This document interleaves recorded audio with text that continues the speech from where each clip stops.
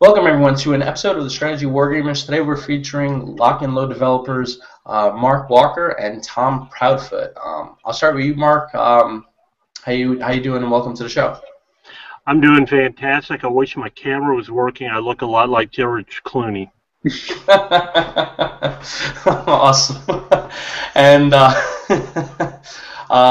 welcome, Tom, and welcome to the show. And I appreciate you taking your time out, guys, to join us. Yeah. Hi. Thanks.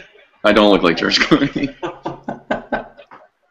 I'm going to have to take your word for it, Mark, because I think he looks a little bit more like George Clooney. I think he does too, actually. All right, so let's dive into it, guys. I know you guys just released a new game, Heroes of Stalingrad. If you guys can you tell me a little bit about this game, and for people that are brand new to Lock and Load, tell me what the game is, what kind of style you have for the game. I can say a little bit, but I also want to leave stuff for Tom so we can share this. Lock and Load is people would call it a tactical squad level game. Most of the units that you're messing with are either tanks or squads, and then you have leaders. You alternate taking impulses with either the AI, or if you're playing multiplayer, with your opponent. And in your impulse, you can activate a hex, move and shoot things with it, and then you turn it over to your opponent and he moves and shoots. It's based on a board game that has been around since about 2003. So over to Tom. Well, that's about it. I mean, it's a board game, basically. Yeah, from what I saw from the game, it's basically you're taking an exact board game and you're putting it on the desktop. Yeah, yeah. One of the things that comes up a lot with computer games, especially independent people, is art. It's incredibly difficult to get artists. It's hard to get them to do things in a reasonable amount of time and the way you want them to be, or whatever. With the board game, if we keep the look of the board game, we already, Mark's already got a lot of this art done already, and that was what we thought that would work out well. Yeah, it really looks kind of cool. I was going through it. You guys even have the the clouds coming over the game while you're playing it. It's just, I thought it was kind of cool. Yeah, we like that. There are several instances where we have animation. And we weren't really sure how that was going to work out when we started adding it in, but somehow it does. If you attack with a flamethrower, you'll see the flames. When artillery barrages land, you see the explosions. When tanks are hit and explode, they also explode. Tom designed a great scenario for multiplayer, whereas you're playing each other and fighting, artillery is landing randomly. So you don't know the next hex it's going to strike, and it's just a blast to play. But yeah, the animations worked out okay, I think. Yeah, I was against. We have the turret counters in the board game. There's a counter for turret to indicate which direction the turret is pointing if it's not directly ahead. And for this, it's actually we draw the turret on the tank like it's like the counter actually changed or something. I was kind of against that at first, being a counters purist, but it worked out well. I think you can see it kind of spin around and stuff. It's funny. Now, is this your first? I mean, I was going through your website. Is this your first? Kind of what you call? Is this your first desktop PC war game? Not for Tom, but for me. Yeah, I've been designing board games. Tom has worked on some other games, and I'll let him tell you about them.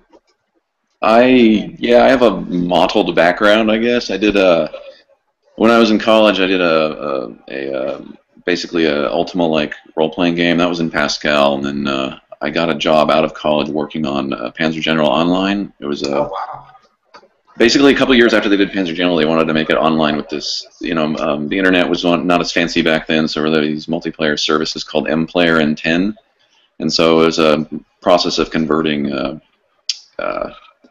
the single-player game to work multiplayer, and that was basically me doing that. The company I worked for, they had been working on Dark Sun Online with SSI, and like they were talking, we'd like to do this, but we don't have anybody to do it. And I was like raising my hand, I'll do it. So that was like my intro to wargaming right there. And then after that, it was Steel Panthers 3. I guess they liked that, and they wanted to do a similar thing for Steel Panthers 3, and so that was working on it while the game was being worked on. We were sort of simultaneously adding multiplayer to it. And then SSI kind of went out of business, so that was the end of that for a while. And then I did some, in the last, I don't know, decade or so, some Game Boy games. Went out of business, though. Do you guys remember? What's that? You guys remember why they went out of business? I forgot. I think they got bought by Mind something. They got bought by a couple people. They ended up like Broderbund and then somebody else. I don't know. They just kind of got absorbed away. That was a great publisher right there. Yeah, I mean, I'd actually played Steel Panthers before I started working on Steel Panthers 3. I really liked it. I mean, when I was a kid, I played a lot of their other games like Wizard's Crown and stuff. Yeah, they made some amazing games, especially in the '90s. And I remember playing. A quarter of my youth was just playing SSI games. Yeah. And then when I saw them leave, I was like, "Damn, man!" I was like, "Who's gonna pick up the slack?" Yeah, I mean, the first thing I worked on, I like heavily based on Wizard's Crown. I mean, it was very, very similar. And when I went to SSI for this Panzer General thing, I saw that the guy who had written Wizard's Crown was there, and I like poked my head in his office. I'm like, "Hey, I saw I liked your game. I saw you wrote your name in the trees at the bottom of the map." He was working on like the tank battles for Panzer General 2, I think. He was like doing the combat routines or whatever. He's like, "Oh, cool." Who was that, Tom? It was Paul Murray, I think. Paul somebody. Okay, yeah, Paul somebody. I mean, his name was written in the bottom of the map, Paul, so I remember that much. I still like talk occasionally with, I want to say, Rick Rodriguez. Is that right? The guy. That sounds vaguely familiar. Yeah, something like that. And he does. He's like program manager for iPhone apps or something like that up in Seattle. But yeah, he was involved in the Panzer General, and there was something else I wanted to say. Doesn't matter. It's okay. But yeah, I've worked on a lot of different random things. Is the thing. I mean, these Game Boy games I worked on were kind of like more of this. We need somebody to do it. Who can do it? I'll do it. That kind of thing. So I have like this really random set of skills that will never come in useful. But who knows? Yeah, I imagine it was probably easier making this game than it was making those games with Pascal. I kind of like Pascal actually, but. This game was a breeze. I mean, it only took us a couple of days over 7 years. Yeah, it was like 7 years plus or minus 4 days. Man, so the game took how many? How long was your development cycle for Heroes of Stalingrad? We started in 2005, I think. Yeah, it was back then. But that there were mitigating circumstances in that in 2006 I started Lock and Load Publishing, and so we put out quite a few board games between 2006 and this year, and so it was kind of catch can sometimes with Heroes of Stalingrad. And then what ended up happening is we had gotten it maybe, I would say, 70%, 75%, and Matrix assigned us a producer. A guy named Eric Rutens, who's done many, many games, and Eric really kind of gave us the focus and organization we needed to bring it home. But even after Eric came on board, I think it was maybe 18 months. Was it that long, Tom? Yeah, I mean, he really. Neither of us are like super organized people, I guess is a good way to put it. I mean, like we would need to bounce stuff back and forth. Like I didn't necessarily want to design a bunch of stuff for this game. I liked the idea of having a design that was already there, and we were just sort of implementing it. And so I would say, Mark is going to do the scenarios, right? So Mark will design a scenario. He sends me a scenario. We find out that like some rule is wrong or something. I fix that. I send it back to him, and then we find out the AI doesn't deal with this particular situation well. So now we need to fix the AI. And as soon as I fix the AI in one scenario, then other scenarios become too hard. Stuff like that. There's a lot of back and forth. Just it's a long cycle of things that needed to be done. I mean, I'm not really sure. Next.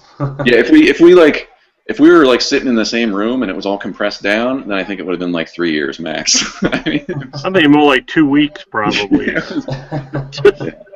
It's just a lot of it was organization, and Eric really helped with that. But he also he pointed out some things that needed to be changed on the interface, and that did add some time. I mean, we had different ways of activating units before. We changed the way that works, and a lot of things to make it easier to learn. Like all the buttons at the bottom of the screen, we didn't have those before. It was like you right-click on a unit, and a menu would pop up with options on it and stuff like that. So there were some changes that, you know, took a while. But also the multiplayer takes a long time to test too. We didn't really even start that until Eric showed up. So. And there's a lot of stuff in the game. I mean, when we were just counting up the missions, I think it was 59 scenarios in the game. So, yeah, I mean, a lot of stuff. I thought there was like 30 or something. We count them up, and like, wow, that's kind of a lot. and there are many of those scenarios that aren't just straight up kill everything on the map or something. There are switches within the scenarios that change victory conditions, maybe add a little bit of a story. I mean, you know, it's not going to replace War and Peace or anything.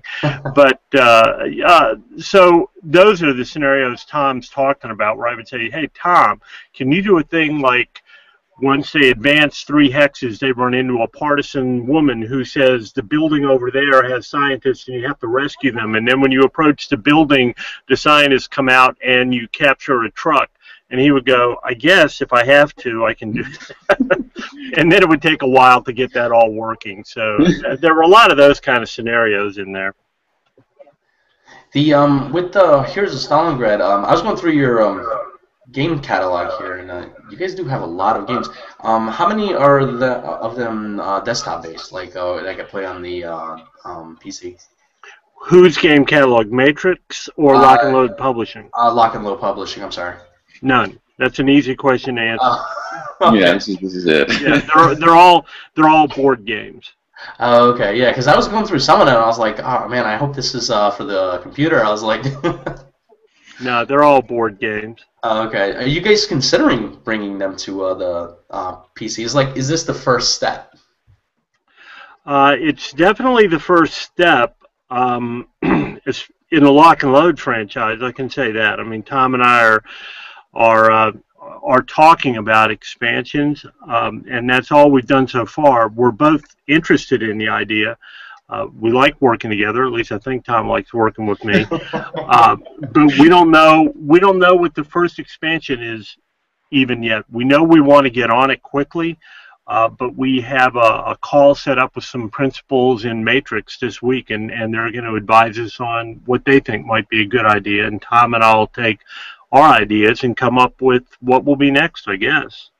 Tom, do you got anything else on that? No, I mean, I think it was kind of, I don't know, funny that the game comes out, like, say, Wednesday, and, like, Thursday people are like, what's going to be the next expansion? I'm like, you haven't even played it yet. But I guess that's a good sign, but it's kind of weird. I don't know. We've been working on it for so long. I mean, I can't even hardly believe that it's really, I mean, it's going to take a long time to realize that it's sort of kind of done. I mean, it's just been a fact of our lives for a very long time.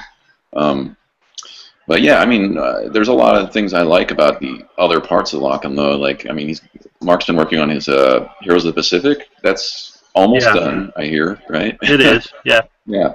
I mean, and I also have interest in battles that are like not as common, but then again, those never like sell apparently. So I don't know, like Spanish Civil War or like China and Japan or something, but. Yeah, it's sad that those titles never sell. I mean, a lot of times when developers make something for like the Spanish-American War, War of 1812, stuff like that, you know, it doesn't get as much publicity or excitement as, you know, making a World War II title, which I figure people would be sick of World War II by this point, because, I mean, there's like 1,000,001 World War II games, but... Yeah, I think I blame the Nazis for that with their like 5 million kinds of tanks, because everybody's like, oh, everybody can have a favorite tank out of their 400 tanks. But you know, the Mark has a large library of things that have already been in the Lock and, like, there's British, there's you know, Americans was the first, the one I played at first was Band of Heroes, which is the, you know, U.S. and German, and then that's not even, there's other non-World War II things, like it started as a Vietnam game, and you know. A Korean War thing would be cool, right? I don't know. You know, there's all sorts of random. It's really a balance between what is interesting to do and what people will actually pay money for. I think. I mean, we don't know yet. Yeah, that's exactly it. Nope, that's all I was going to say. Oh, okay. I don't want to cut you off there. Do you guys hear an echo in the background? I don't know. Yeah, a If little bit. Okay, I don't know. I don't know if that was on my end or if it was on your end, or it might have been a delay through the app. Let me try to see if I can phase it out here. So since this is your first foray, I'm sorry. I'm trying to get the audio levels to, because I could hear it really badly now. I do hear it, but it's quiet, so maybe that's a clue. I don't know. How is it now? Yeah, I think it's gone. Yeah, I think it was that. Whatever you did worked. But Mark, you were talking to me about, you were mentioning before that you're doing a Pacific game? Yes. Yeah, we're pretty close. I would say it probably is going to go to the printers in March. It's called Heroes of the Pacific, and it pretty much the entire Pacific War, at least our part in the Pacific War. It has Army, has Marines, has Japanese, has a ton of scenarios, a lot of maps, cool rules for bonsai attacks, Oh, cool. ninjutsu movement, all that type of stuff. Tom's pretty interested in that, and Yeah. who knows, that might be the next one. We'll just have to see. Roll the dice. Yeah, you guys have a lot of really. I was going through the your website, and a lot of these games are very interesting. Heroes of the Pacific is the one that kind of caught my attention. You got the some really cool maps out of that. Yeah, the maps do look good. Those are the same. Those are the same textures we used for the Vietnam game, Forgotten Heroes, and now it's called Forgotten Heroes 2 because we've come out with the second edition. So that is the same kind of bamboo huts, jungle, light jungle type stuff. It also has beaches, of course, because we've got a couple of beach assault scenarios in it. Yeah, that's kind of cool. I mean, Heroes of the Pacific is. I usually spend most of my time going through the Heroes of the Pacific here because I mean these are really nice, really cool maps here.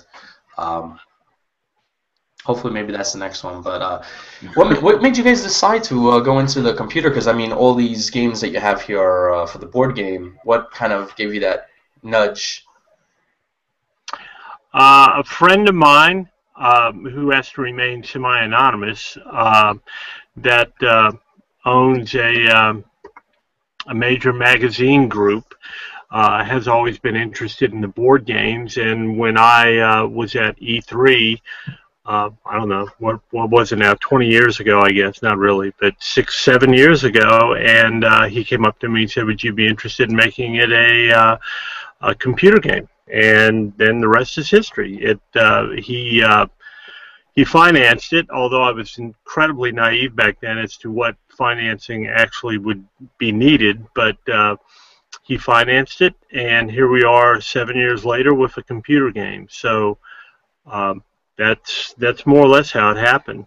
Back then, I didn't own Lock and Load Publishing, obviously, and I was doing a lot of writing in the computer game field, both strategy guides and analysis, which are kind of like dummy reviews you would do for a publisher like EA or something like that. So that's where my head was, and then I put out this game, and it led to this eventually.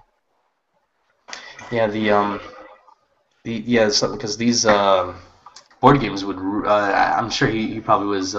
He mentioned it because some of these board games would look really cool, and I never got into board games myself, primarily because I never had.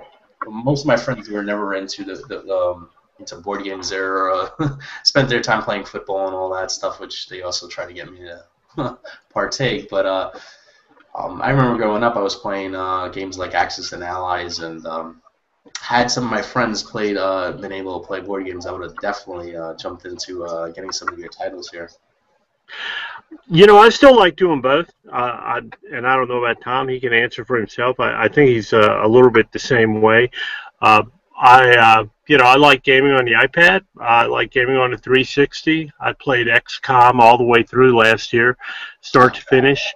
And I like playing board games. Each really have something unique to offer. I think the game design and scenario design in board games is more intricate than computer games.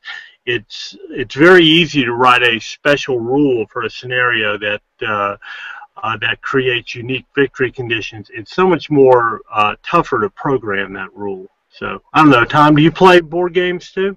Yeah, not as much as I used to. A lot of friends moved away, basically.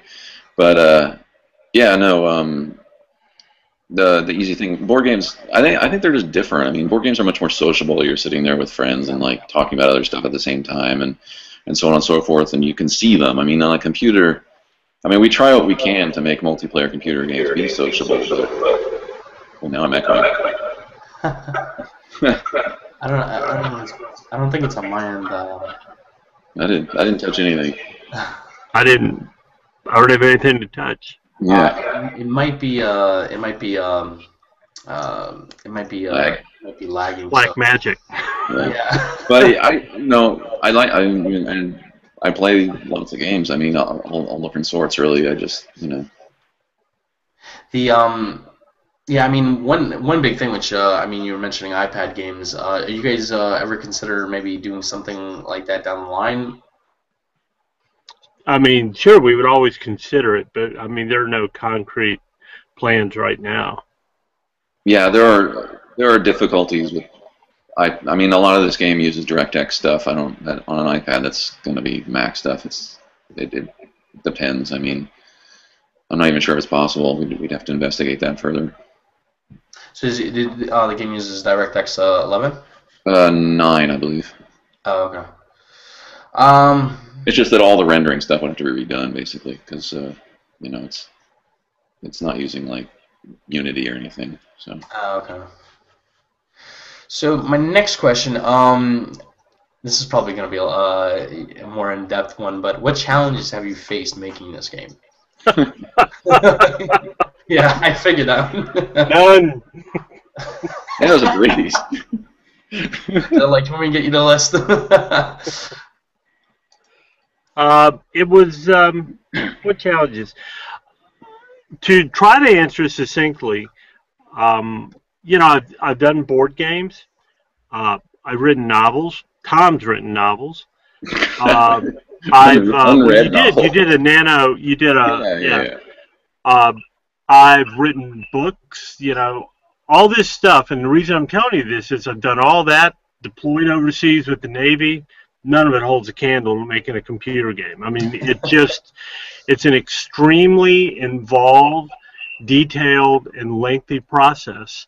The challenges have just been finding the time and keeping it organized. And again, I think that's one of the things that Eric really helped us with. We were at a certain place there, maybe 70%, and Eric really came on board with organization. And Tom, over the last year, has just done, I can't speak to that, but it seems to me like he's just done an incredible amount of work on this thing to bring it home. So I don't know if that really answers the questions, but it was quite a challenge. Yeah, I mean, as far as particulars, there's just a lot of stuff with a computer game. I mean, even at a basic level, you got to deal with just getting something on the screen and getting music working and things like that. You're basically building up from very little. As soon as we get the basic game, like say 2007 or so, right? We've got a basic game there where you can move units around and kind of do things without any special, without a lot to do. But the basic game rules are there. And from that point on, we just keep putting stuff in the game and fixing the AI to deal with it. And the AI, I mean, the game at its core is very simple for a human to look at, but for a computer it's really complicated because it's simple. A lot of the other games I played, like Steel Panthers and whatnot, like you've got this Steel Panthers, you've got like 70 units out there. Each one has a bunch of little guys in it, and there's smoke everywhere, and there's people firing everywhere. And if the computer makes a really stupid move and gets one of his units killed off, it doesn't make a big difference. In this game, where we have often scenarios where there's like 7 or 8 units on a side, like a small scenario, if the computer does something dumb and loses a unit, he's crippled.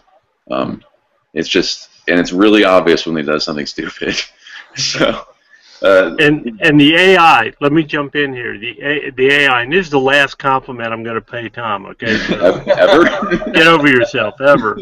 But I mean, the AI over the course of this 7 years has really developed into something that I think is very sharp. I've never been one of those people that hyper criticize AI because I'm a little bit dumb myself, so I have a tough time beating any computer game.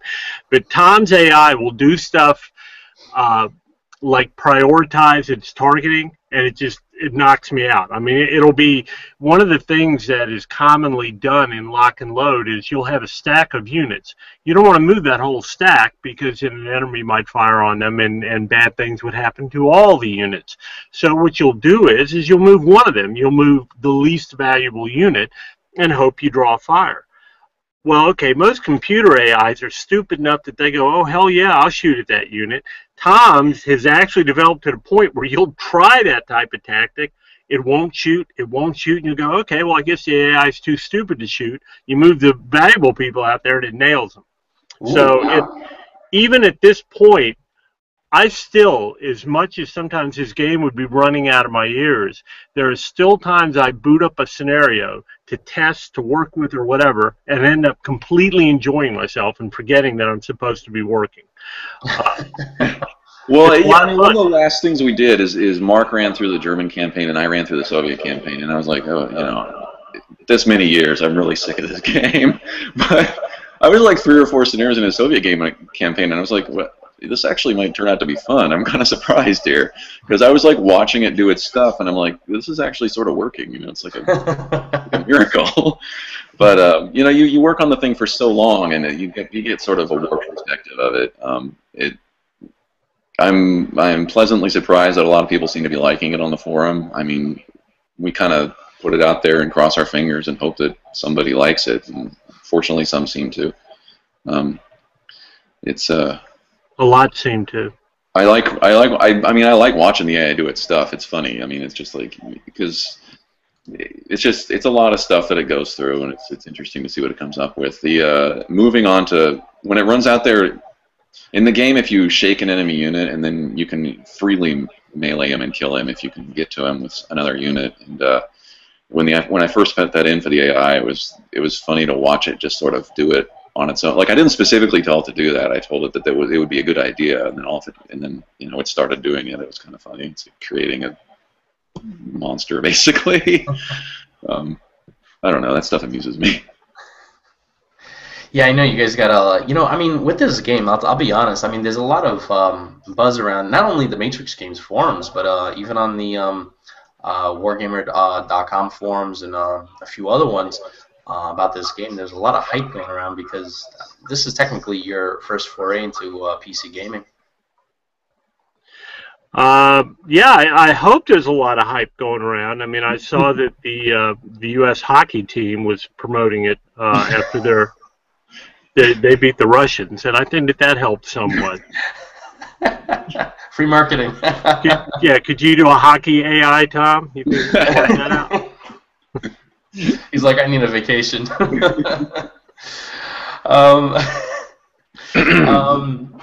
So, how big is your team? Is it just you guys making the game, or do you guys have? Well, there's artists, but it's basically us. Okay.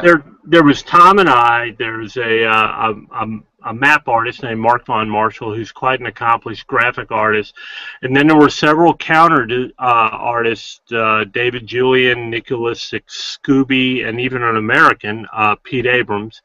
I think Tom and I each probably did one counter ourselves. I did the skull and crossbones thing in the melee, and I took the numbers off somebody, like one of the to make a. It was one of the studs with no turret. I took the numbers off it to make it a changeable counter.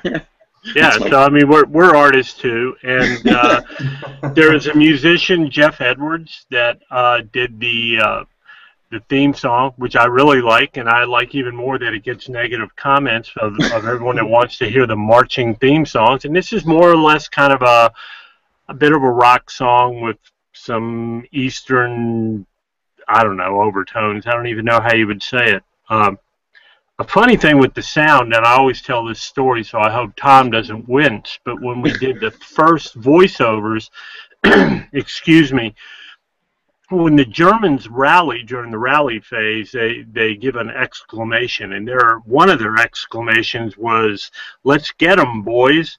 Well, when the first voiceovers came back, the exclamation sounded like when the German troops would rally, they would go, "Let's get some boys."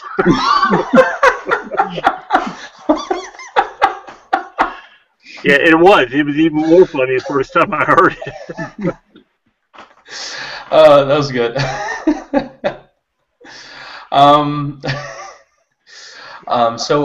With the hey Cole, so you had a pretty large team developing this game besides artists and programmers, and this was a pretty hefty title you guys developed then. No, really, it was Tom and I and Eric. I mean, really, and basically Tom and I. Eric was just direction and occasional testing. Wouldn't you say, Tom? Yeah, actually, somebody who was really useful was a guy named Vance. Oh, yeah. Good job. I mean, Mark wrote the rules, but he's written a lot of rules, and so he forgets some of the rules. Yep. For other games. I mean, I understand how this goes. You play like 4 versions of D&D. You don't remember how the second one works, I mean, and so really the person who finds all the rules mistakes is this guy named Vance. Vance Strickland. Yeah. Yeah, and he's a longtime player, and Tom's exactly right. I mean, we had the following conversation probably 30 times. Tom goes, "Well, how does it work in the board game?" And I say, "I don't know. I don't remember. I have to look at we the get rules." weird questions like, okay, can a shaken leader, or can a leader take a victory hex? And an unshaken leader take a victory hex? And we're like, I don't know. Well, ask Vance, that kind of thing. It's just he was useful though. I mean, and he continues to be useful. He recently told us that buttoned tanks cannot spot adjacent units, and we're like, look through the rules, page through the rules. Well, yeah, I guess he's right.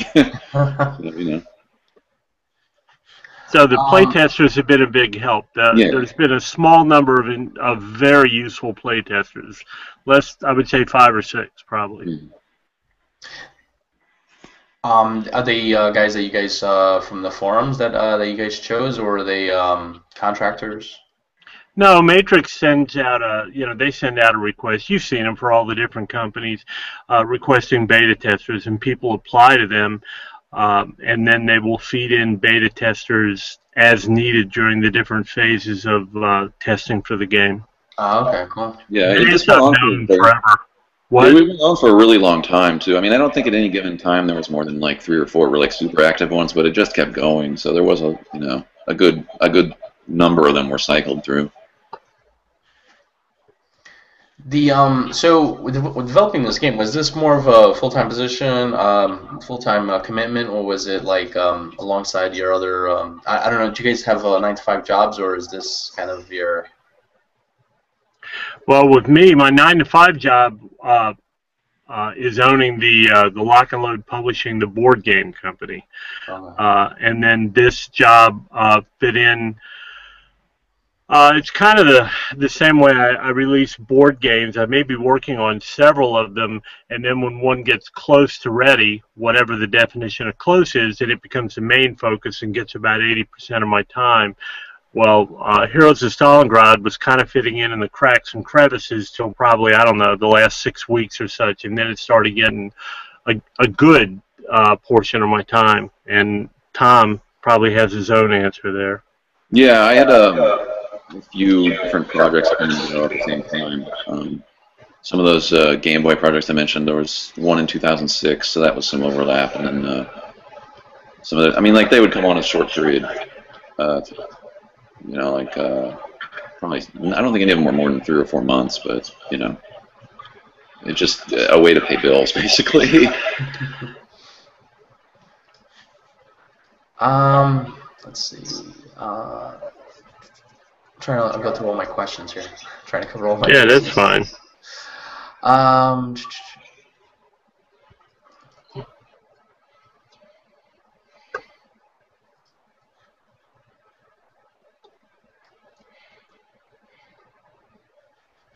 Yeah, I think it's basically we covered all the things. Do you guys? So I basically covered all my questions. Jeez, there's a lot of echoing.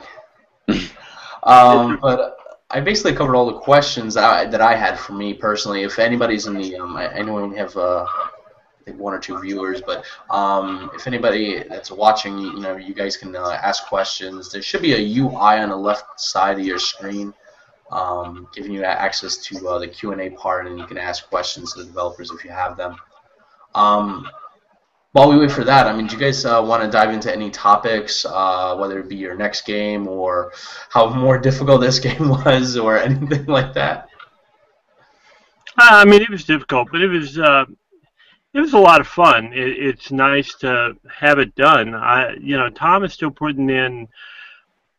I mean, we're up to the third iteration since the game came out now, and that by no means means the game wasn't working really well when it came out. It's just all the little things that you find when your playtesting core goes from being 5 people to nearly 1,000 people or whatnot. I mean, more stuff will show up, and of course the sales continue to increase with the marketing campaign and whatnot.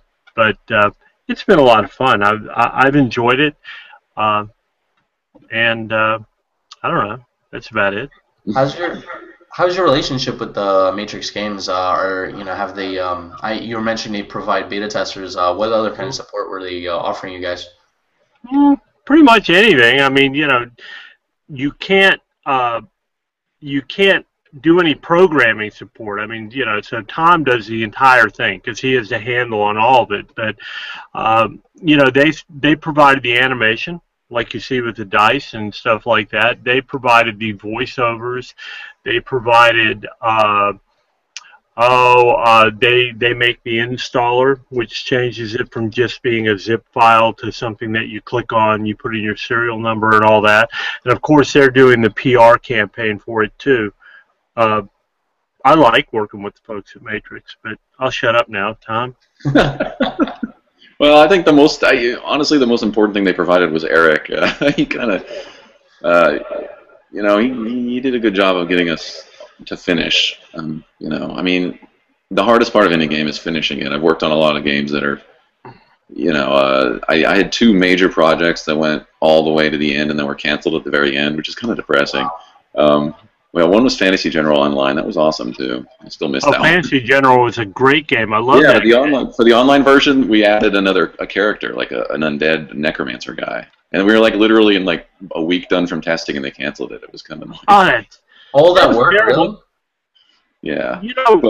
The thing with necromancers is that it's important to remember is it takes an entire village to raise a child, but only a single necromancer to raise a village.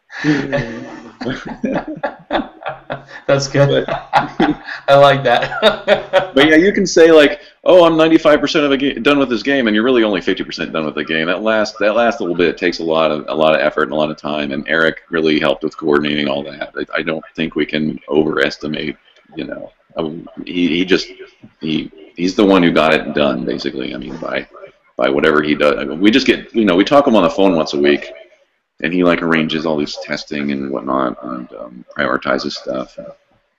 You were saying the last 5% is usually the hardest. Like, what do you find is it the beta testing that's really, or is it other things that are that cause the game to make the last 5 yards the hardest? I think the hardest thing is when you fix a bug, the possibility of causing other bugs, because you don't really know if you you fix a bug and it could break something that you don't see on your own. Somebody else has to see it happen, that kind of thing, and that's just how it goes. I mean, you can do you can try to prevent that, but it still happens sometimes, and that adds a lot of time. That's when you bring in. That's where the beta testers come in handy, I guess. Yeah, I mean, if they see it, it helps a lot. Let's see. What else? Besides Matrix games, helping you guys with the. I mean, it seems like they helped out a lot. I mean, between beta testers and artists and all that stuff. Are you guys planning to work with them in the future? Yeah, sure. I was expecting more, but all right. Well, I mean, we're going to talk to somebody tomorrow, and they'll tell us how it's been going. I mean, we have it's been like what 6 days since we don't know what's going on really. I mean, we should post on a forum, but we don't know how many people like bought it or anything. I mean, Okay. we'll find out more information later. All right, I think that's about it for my questions. I mean, do you guys have any other things you want to cover? I'm trying to think of anything that might cross my mind. I had like a whole sheet of all the stuff that I wanted to cover, and I think we did. We got them all. We got that. We covered some of your background. I know, well, Mark, you were saying that you were in the Navy. I know you were a commander in the Navy.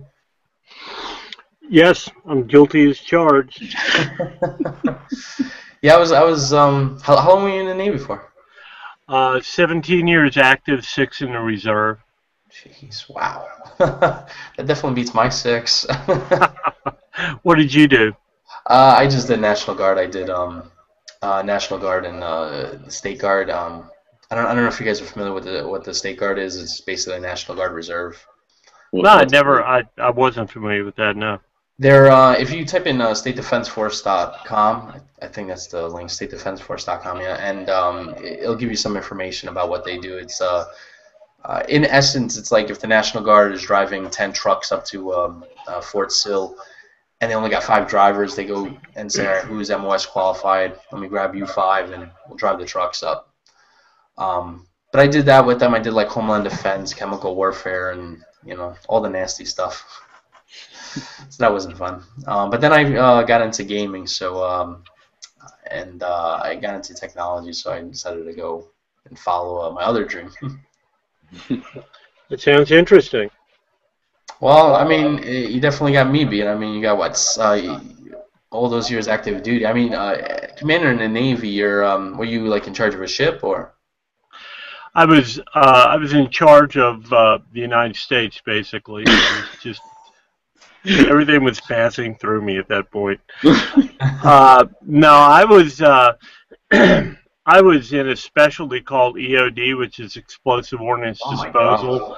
We're divers and deal with like terrorist devices and stuff like that. So I was the commanding officer of what we call a mobile unit, which is a group of teams that would go out like 4-man teams and stuff like that. And then I was the operations officer for the group on the West Coast. So I was coordinating, explosive ordnance disposal operations west of the Mississippi, yada yada. So that's kind of what I was doing. Did you have any dolphins, Mark? EOD guys? What? I'm sorry, what? Didn't they make a movie about like the EOD guys? I think it was something about Iraq and some. Oh yeah, it was the Hurt Locker. Yeah, Hurt Locker. That was Army EOD, which is similar. Army EOD goes through. We all go to the same school together. The Navy goes longer because we also, of course, we have to go to dive school first, and then we have to go study mine warfare and how to render safe mines and stuff, like the floating things. So obviously the Army doesn't have to do that. Oh wow, yeah, that's I saw that movie and that was kind of give you a lot of respect for what you're doing. I can deal with chemicals. We didn't usually do stuff like that. I mean, the Army may be in Iraq and they have to do that, but I mean, actually, our protocols and stuff were a lot safer than what they showed there. But things may have changed in Iraq. I don't know. I was never there. But anyway, yeah, it was a good movie. And Tom, we covered your background with the gaming and SSI and all that good stuff. You want to elaborate a little bit more on about your previous employments and stuff like that? I don't really have much of previous employment. I went to UC Berkeley and I was a anthropology major, archaeology specifically. But while I was there, shift right there. What's that? It's a big career shift right there. Well, archaeology is sort of a career where you generally pay to go do something. It's kind of like the opposite of a career. But while I was in college, I was playing computer games, and I had always written computer games. Like when I was younger, my brother and our uncle gave us an Atari 400, and we just kind of went from there. We never had the money to actually like have that many games, so we were sort of forced to make our own, and that's where it started with BASIC and then Assembler. And then when I was in college, for a while, I was a good student, and like about one semester, and then I started messing around with my IBM, and just sort of going to school to get a degree and actually learning how to make computer games. And then as soon as I graduated, that's what I did for a job. So. That's a really great story. I mean, so basically, when you were growing up, you actually made your own games. You're like, well, I can buy this, or I can make it myself.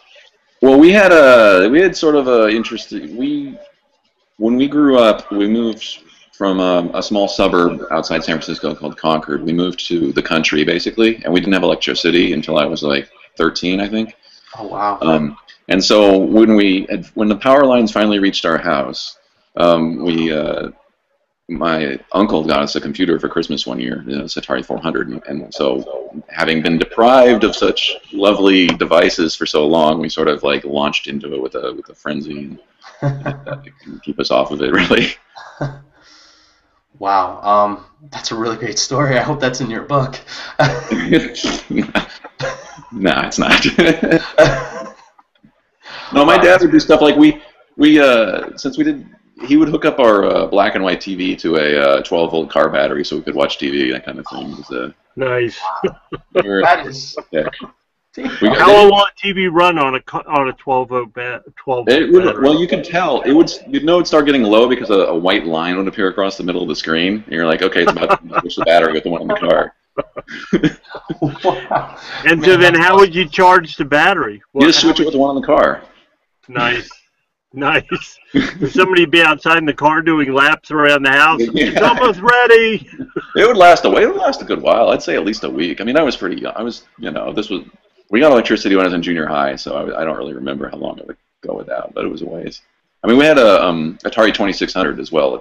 In the non-electricity years, that was also hooked up to the car battery. So. Nice. Anyway, I just got he's all frozen on my screen. Are you there? Yeah, he is frozen. Either that or he's very thoughtful. He hung up on us. He's really thinking about that car battery.